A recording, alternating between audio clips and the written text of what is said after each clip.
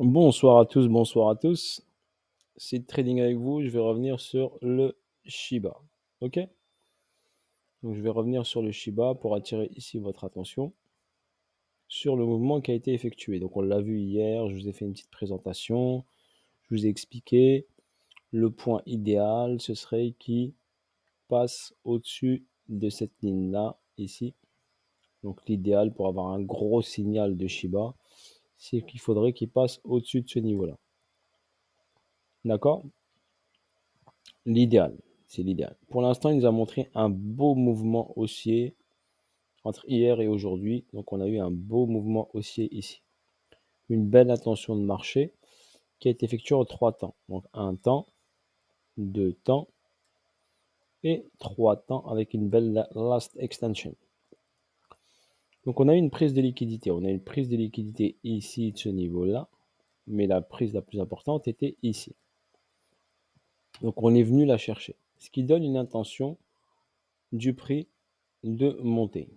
D'accord? Ça, c'est clair et net et précis pour votre information. Après, le point idéal, c'est cette cassure de ce niveau-là. OK? Qui nous donnerait le gros signal où le prix, inévitablement, ira vers un ATH. Comme je vous l'avais dit, j'attends un ATH sur le Shiba sans aucun problème. Donc, pourquoi j'attends un ATH sur le Shiba? Je vais vous l'expliquer rapidement parce qu'au niveau schématique, là j'ai un BC, là j'ai un ST, un AR, un SO, et là j'ai un UT, et là forcément j'aurai un UTAD, donc un deuxième sommet. D'accord?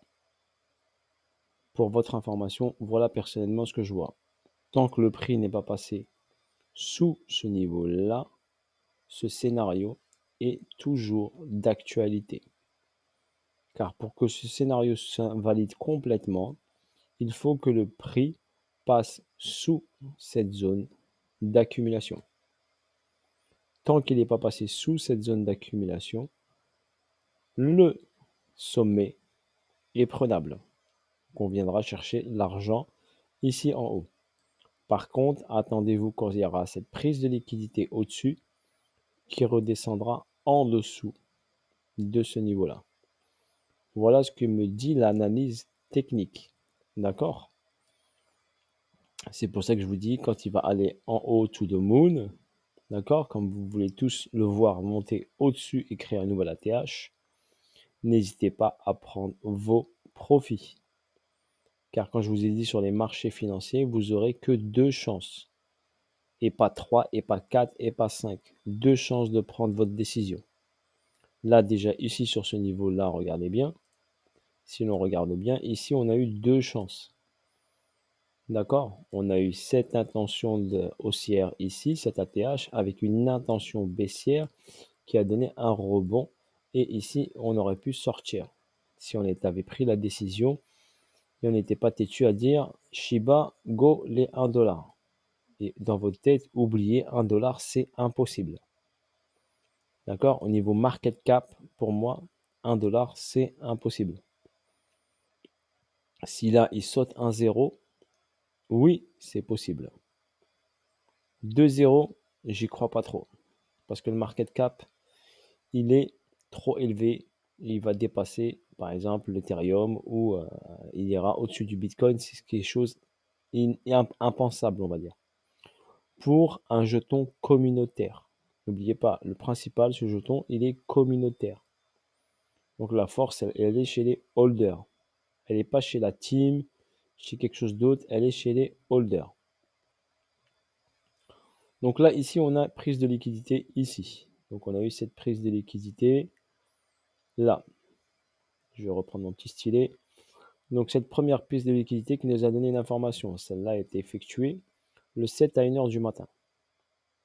Ensuite, ici, dans la journée du 7, donc à partir de, on va dire, mi-journée, 13h, midi, 13h, on a eu cette hausse verticale à partir de 13h qui a donné ici cette prise de liquidité vers les coups de 17h, 20h, environ 20h.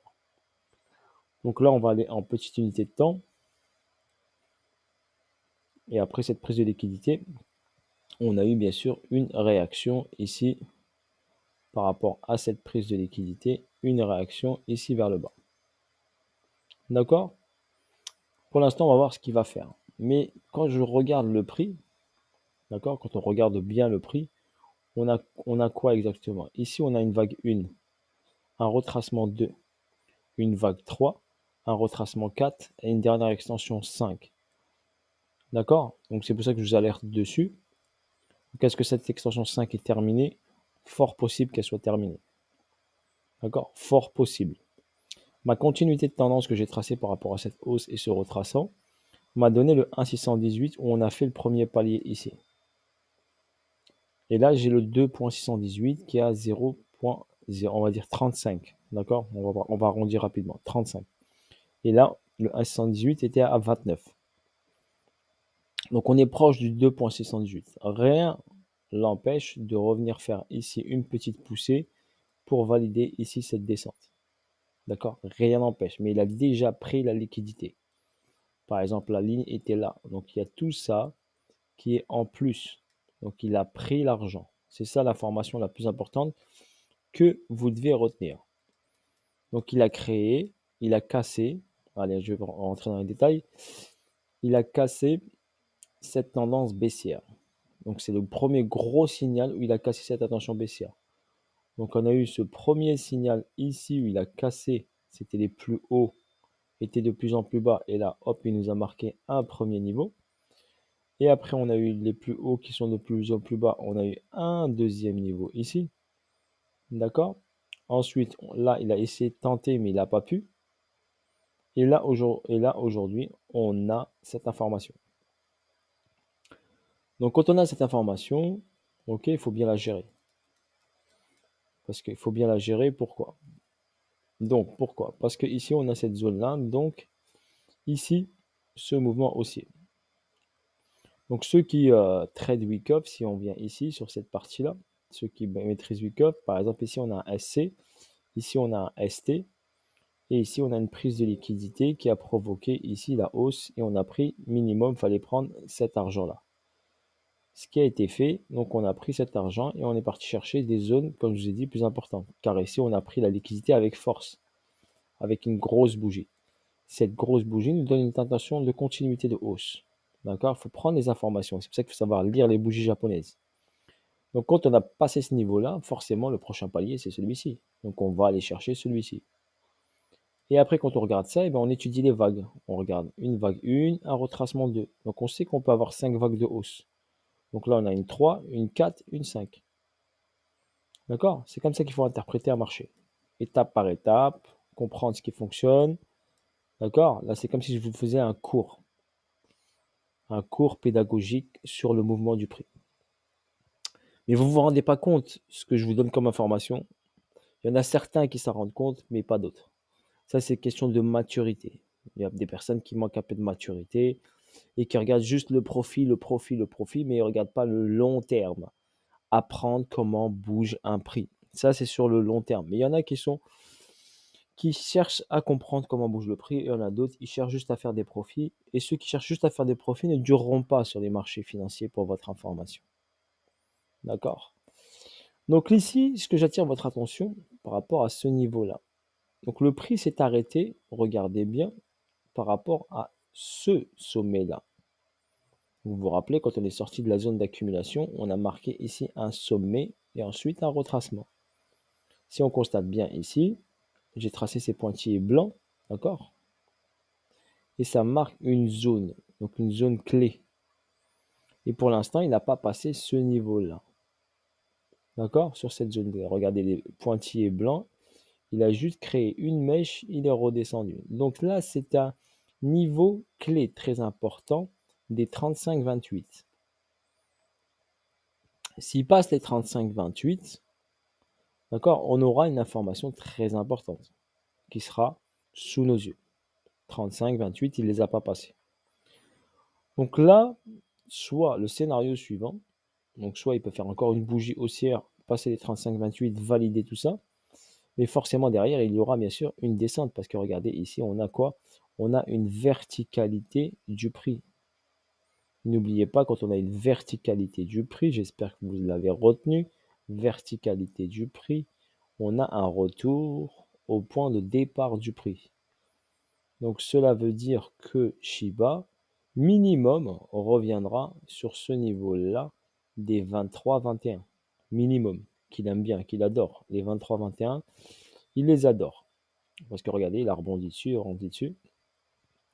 Mais personnellement, je le verrais bien pour prendre de la force, pour aller très fort faire un ATH, prendre l'argent en bas. Comme je vous l'ai dit, dans la zone ici, de la zone en dessous des 17. On va aller chercher les 15, les 16, les 14 dans cette zone-là. C'est ce qui est intéressant pour nous, c'est d'aller chercher le meilleur prix. Mais rien ne vous empêche, bien sûr, de rentrer en DCA, d'avoir pris ici, d'avoir pris ici, d'avoir pris ici, pour aller chercher vers le haut. Et s'il replonge ici, il revient là, hop, on remet une cartouche. D'accord? Vous pouvez rentrer en DCA, vous êtes en zone discount de toute façon. D'accord? Et on sait que sur le long terme, Shiba ira faire son ATH. C'est question de timing, c'est tout. Parce qu'il a Shiba aime bien faire de longues accumulations. D'accord? Ici, elle était un peu plate. Ici, elle est un peu plus réactive parce que il y a beaucoup de gens qui rentrent en position acheteuse. Si l'on constate bien, regardez bien les volumes. Ici, on est sur Binance. Et vous remarquez bien que les volumes acheteurs sont importants sur le Shiba. Donc là, on a un gros volume acheteur ici. Regardez par rapport à cette bougie et ce volume acheteur. On a deux belles bougies, trois belles bougies acheteuses. Ok, avec de la force. Un peu moins importante que celle-ci, parce que regardez, vous comparez ce volume-là à celui-ci, on est loin de ce volume-là. D'accord? On est très loin. Et vous regardez ici, par exemple, si on compare à ce volume-là et ce volume-là qui a donné l'accélération du prix, on est encore faible au niveau du volume. C'est pour ça que je vous dis, le volume pour moi est encore un peu plat et pas assez important et conséquent pour aller chercher direct un ATH. Par contre, si on aurait un volume comme ceci, qui serait très important, oui, je dirais oui. C'est pour ça, je vous dis, on a de fortes probabilités de revenir dans la zone des 14-15, voire peut-être 12, hein, peut-être 12. Hein. Donc le 12, il est ici, hein, 12-13, donc peut-être dans cette zone-là. Donc la partie la plus basse, bah, c'est 10. Et la partie ici, c'est 17. Donc les 17, on est venu les titiller, on les a fait. Maintenant, il nous reste le 15, 16 jusqu'à 10 où on peut aller ici chercher, d'accord, un bon prix d'entrée pour aller chercher un ATH et chercher de la force et du volume acheteur. Ok, voilà sur Shiba, je ne peux pas vous en dire plus que ça. Ok, je vous avais déjà fait une vidéo explicative, je vous ai dit hop, le niveau le plus important. Pour l'instant, il est venu prendre l'argent de ça. Donc, on a une super information, d'accord, sur l'évolution de l'actif.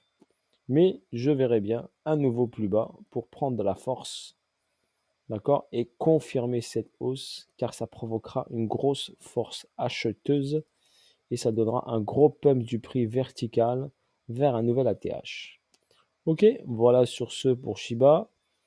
J'espère que vous avez apprécié cette petite vidéo, petit suivi de Shiba. Et je vous dis à bientôt pour de nouvelles vidéos et de nouvelles aventures. Seed Trading était avec vous. Bisous à tous la famille. Ciao, ciao.